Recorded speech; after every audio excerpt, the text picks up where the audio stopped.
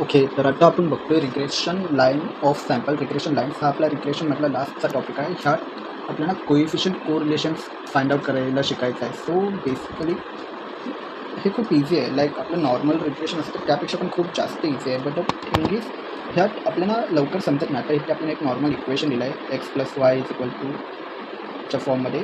तर आपल्याला आता ह्याच्यातून sample means and coefficient correlation find करायचं आहे. तर फर्स्ट ऑफ ऑल आपण फॉर्म्युला बघूया. Formula for coefficient of correlation. तर कोइफिशियंट कोरिलेशनला आपण आरने डिनोट करतो. R is equal to under root B Y X into B X Y. आता तुम्ही म्हणत असाल की बी वाय एक्स आणि बी एक्स वायचं इथे लांब लांबपर्यंत संबंधच दिसत नाही. तसं आपल्याकडे इक्वेशनच नाही आहे. तर आपण सॉल्व्ह करून बघूया. सो इट्स इझी, तुम्हाला समजेल लगेच. Okay, so let's start solving. तर let's start with first sample mean to find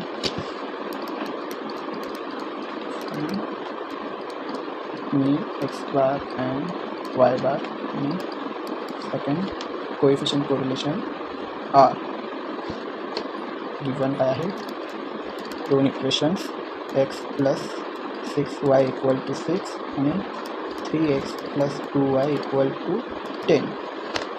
आता हे स्टार्ट कसं करायचं आहे तर सर्वात आधी आपण ह्या इक्वेशन्सला नंबर देऊया 1 2 बाय फ्रॉम इक्वेशन 1 आपण आता ह्याला आधी सिम्प्लिफाय करूया. तर सिम्प्लिफाय म्हणजे काय, आपण ह्याला बेसिकली रिग्रेशनच्या फॉर्ममध्ये आणूया. तर रिग्रेशनचा फॉर्म काय आहे, आता एक्स आहे तर एक्स ऑन वाय समजा, तर X is equal to A plus B Y. So basically हा काय होईल x plus 6y equal to 6 आहे. तर X is equal to 6 minus 6y. हा आपला कसा आला, तर हा 6y इकडे गेला म्हणून. So we got an equation x is equal to 6 minus 6y. Let's name this equation 3. So put equation 2 in put equation 3 in equation 2. तर मग ह्याचं काय होईल 3x plus 2y is equal to 10 आपला इक्वेशन 2 आहे. तर 3x plus 2y equal to 10. आता एक्सची value आपली काय झाली ही, तर आपण त्याला एक्समध्ये पुट करूया. 6 minus 6y plus 2y equal to 10. So आता 3 याला मल्टिप्लाय केलं 3 6 18. 18 minus 18y plus 2y equal to 10. आता 18 minus 2y minus 16y equal to 10 minus 18 minus 16y equal to minus 8. आता हा मायनस मायनस तर कट होईल. y is equal to 8 upon 16. याला नीट करूया. हां, तो y is equal to 8 upon 16. 8 1 चा 8 2 चा y is equal to 1/2. Therefore we get y is equal to 0.5.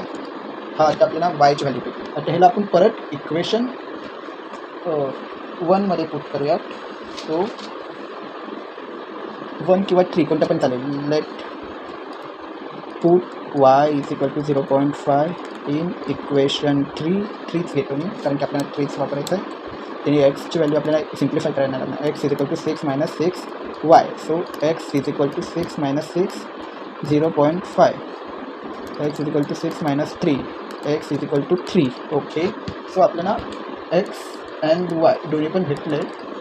Therefore मी एक्स बार इक्वल टू 3 आणि वाय बार इक्वल टू 0.5 हे आपल्याला मीन्स भेटले. आता कोइफिशियंट कोरिलेशन आपला सेकंड टॉपिक, सेकंड फाइंड करायचं आहे. Coefficient relation between x and Y. So coefficient correlation between x and Y कसं फाइंड करायचं, तर फाइंड रिग्रेशन इक्वेशन फर्स्ट. आपल्याला रिग्रेशन इक्वेशन्स बनवायला लागतील. तर रिग्रेशन इक्वेशन्स कसे बनतील फ्रॉम इक्वेशन 1 काय होतं 6 x plus 6y is equal to 6 होतं ना. X plus 6y is equal to 6. So आता मगाशी केलं तसंच ह्याला आपल्याला x is equal to A plus b वायमध्ये कन्वर्ट करायचं. तर काय होईल x is equal to 6 minus, कारण की हा प्लस आहे इथे जाऊन मायनस 6y. तर हा काय झाला ए मायनस बी वाय. तर आता आपला बी भेटला आपल्याला. तर आपला बी एक्स वाय काय झाला, देअरफॉर -6 हे आपल्याला रिग्रेशन इक्वेशनवरून एक BXY भेटला. आता फ्रॉम इक्वेशन नंबर 2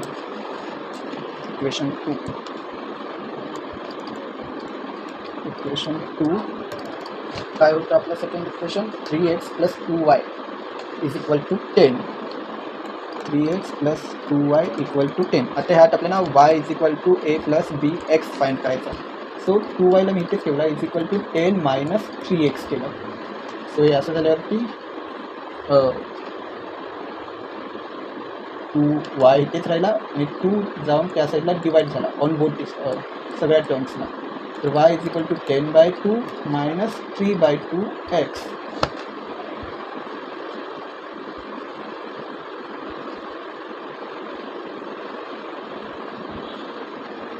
तर काय झालं याचं y =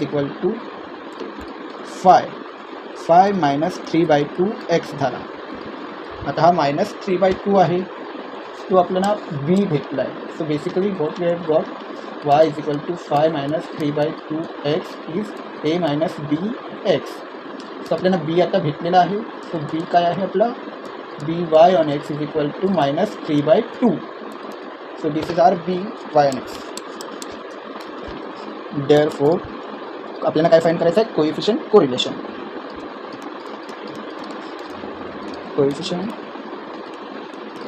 कोरिलेशन काय झालं आपलं r =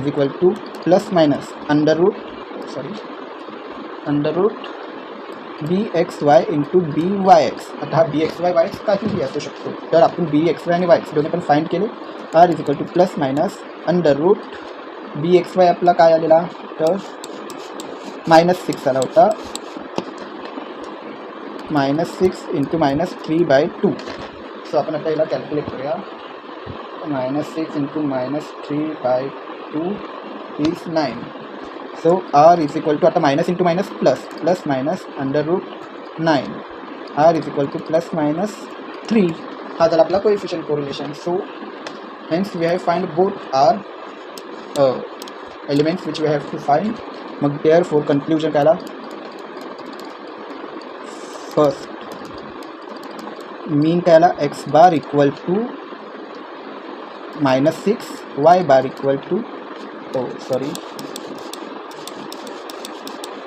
x bar = 3 y bar = 0.5. So x bar =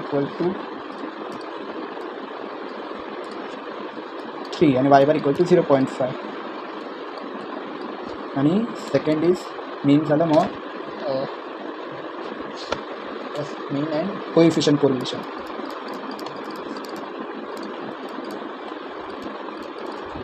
coefficient correlation r = we get 3 ±3.